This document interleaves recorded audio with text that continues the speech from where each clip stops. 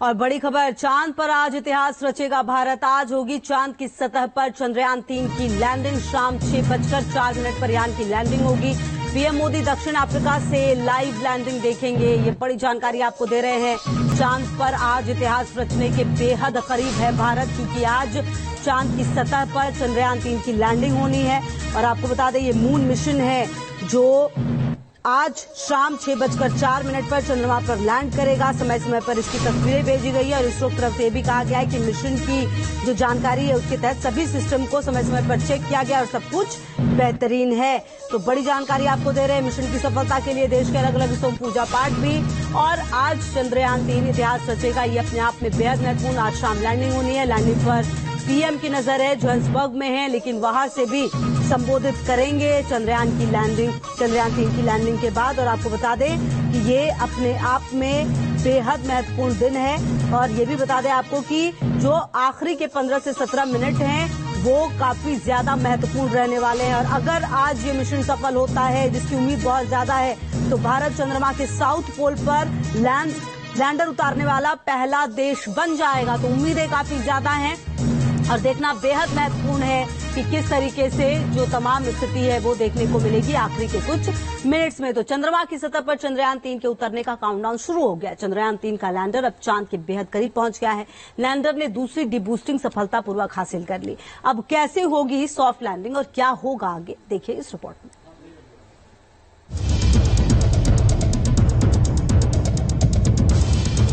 चांद पर लहराएगा तिरंगा। चंद्रयान-3 की सफलता से दुनिया में बजेगा भारत का डंका। चंद्रयान-3 मिशन कामयाबी से अब चंद कदम दूर है। चांद की सतह पर विक्रम लैंडर को उतारने का काउंटडाउन शुरू हो चुका है। स्पीड कम करने के लिए दूसरी डीबूस्टिंग भी सफलतापूर्वक हासिल करने के बाद लैंडर अब चांद से सिर्फ 25 किलोमीटर दूर रह गया है। इस तस्वीर को इसरो ने जारी किया है, जिसमें दूसरी डीबूस्टिंग के बाद विक्रम लैंडर चंद्रमा की सतह से न्यूनतम दूरी 25 किलोमीटर और अधिकतम दूरी 134 किलोमीटर रह गई है। इसरो के मुताबिक अब यहां से लैंडर को चांद पर उतारने की प्रक्रिया धीरे धीरे शुरू हो गई है। सॉफ्ट लैंडिंग से पहले की प्रक्रिया के तहत लैंडर की इंटरनल जांच की जा रही है। उसके सारे पैरामीटर चेक किए जा रहे हैं। सेंसर समेत सभी उपकरण सही से काम करें, इसकी जांच भी जारी है। जिसके बाद धीरे धीरे लैंडर की रफ्तार 1680 मीटर प्रति सेकंड से 2 मीटर प्रति सेकंड पर लाई जाएगी। चंद्रयान-3 का लैंडर 23 अगस्त की शाम करीब 5:45 पर चंद्रमा की सतह पर उतरेगा। चांद की सतह पर उतरने वाले लैंडर को भी ऐसा बनाया गया है कि वो खुद ही सारी परिस्थितियों को भांपकर सॉफ्ट लैंडिंग की तैयारी कर सके। लैंडर को ये अपनी तरफ से स्वतंत्रता है कि जब वो आखिरी 150 मीटर की ऊंचाई से वो हैजर्ड को डिटेक्ट करेगा, तो उस समय उसको किस तरीके से अपने आप को ग्राउंड के लिहाज से शिफ्ट करना है, ताकि जो उतार हो वो सही जगह पर अधिक से अधिक प्लेन सरफेस के ऊपर हो, ताकि कोई बोल्डर बीच में इतना ऊंचा ना आ जाए कि जो परेशानी पैदा करे।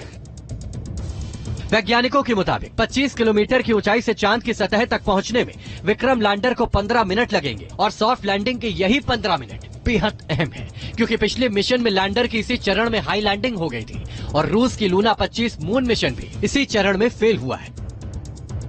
तो जो 15 मिनट का जो टाइम है जिसमें ये 30 किलोमीटर लगभग 30 किलोमीटर की ऊंचाई से लैंडर जो है चंद्रमा की धरती पर उतरेगा, वो बहुत ही नाजुक क्षण है।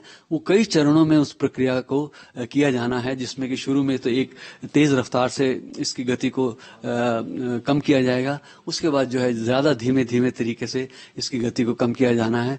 विभिन्न चरणों में विभिन्न ऊंचाइयों में जिस तरीके से लैंडर पहुंचेगा, उस समय हर समय जो है इसके जो सेंसर्स हैं उनके जरिए जो इन्फॉर्मेशन मिल रही है उसका कंपैरिजन होना मेमोरी की इन्फॉर्मेशन से, ताकि जो है ग्राउंड पे जो अगर कोई हैजर्ड है तो उससे बचने के लिए किस प्रकार से मूवमेंट होना चाहिए, वो उतार के समय जो है वो तय हो जाएगा।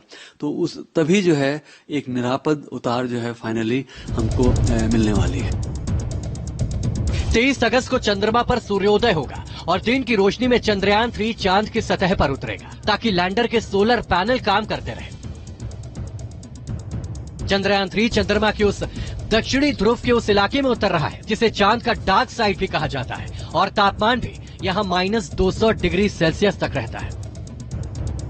वो जो मेंजिनस क्रेटर कॉम्प्लेक्स है ये उसी के पास है। पहले मेंजिनस सी के पास थे हम, अब मेंजिनस यू के नजदीक हैं। और जैसे भी वो लैटिट्यूड लॉन्गिट्यूड इस जगह के दिए गए हैं उसके अनुसार आप सोचिए कि जब पूरा दिन चढ़ जाएगा, जैसे भरी दोपहरी वहां की जो कि 14.5 दिन का पूरा दिन है, भरी दोपहरी में सूर्य करीब 19 डिग्री की ऊंचाई तक ही जा पाएगा, क्योंकि हम दक्षिण ध्रुव के उस इलाके में हैं जो कि करीब 70 डिग्री साउथ लैटिट्यूड के निकट है। दूसरी बात यह है कि वहां जो सुबह जो है वो एक दिन पहले हो चुकेगी और जिस समय लैंडिंग है उस समय सूर्य आकाश में करीब 8.5 डिग्री वो लैंडिंग प्लेस से अगर देखें तो उतनी ऊंचाई तक पहुंचा होगा। वो ऊंचाई जो है सफिशिएंट है ताकि लैंडर और बाद में रोवर के जो सोलर पैनल्स हैं वो ठीक से काम कर सकें और यंत्रों को ऊर्जा दें जिससे कि यंत्र जो है अपना कार्य संपन्न कर सकें। विक्रम लैंडर की सॉफ्ट लैंडिंग होते ही लैंडर से रैंप के जरिए 6 पहियों वाला प्रज्ञान रोवर बाहर आएगा और इसरो से कमांड मिलते ही चांद की सतह पर चला जाएगा। रोवर के पहिए चांद की मिट्टी पर भारत के राष्ट्रीय चिन्ह अशोक स्तंभ और इसरो के लोगो की छाप छोड़ेंगे। रोवर और लैंडर 14 दिन तक प्रयोग करेंगे। रोवर चंद्रमा की सतह से मिट्टी के सैंपल लेगा। लैंडर रोवर सतह पर पानी की खोज करेंगे। इसरो के मुताबिक रोवर से मिली जानकारी लैंडर को मिलेगी और लैंडर इन्हें प्रोपल्शन मॉड्यूल को भेजकर इसरो तक पहुंचाएगा। चंद्रयान 3 धरती से आने वाले रेडिएशंस की स्टडी करेगा। चांद की सतह पर भूकंप का भी अध्ययन करेगा। तस्वीरें और डेटा इसरो को भेजेगा। यानी पूरी दुनिया की निगाहें भारत के चंद्रयान 3 मिशन पर टिकी है, क्योंकि जिस दक्षिणी ध्रुव पर लैंडर उतरेगा वहां आज तक कोई नहीं पहुंचा है और वहां पानी होने की संभावना सबसे ज्यादा है। Team news nation. और अब हम आपको अलग अलग शहरों की तस्वीरें दिखाते हैं जहां पर पूजा अर्चना की जा रही है, दुआओं का दौर जारी है। तो तस्वीरें देखिए देहरादून की है, वाराणसी, गाजियाबाद, प्रयागराज, भोपाल, लखनऊ की है। और इन तस्वीरों के साथ आप समझिए कि जो देश है वो और देश में जो लोग हैं वो चाहते हैं कि जो चंद्रयान 3 है वो सफलतापूर्वक, ये जो पूरा मिशन है वो पूरा हो, क्योंकि इसके लिए काफी ज्यादा मेहनत हुई है, रिसर्च हुआ है और दुआओं का दौर लगातार जारी है देश के अलग अलग हिस्सों में।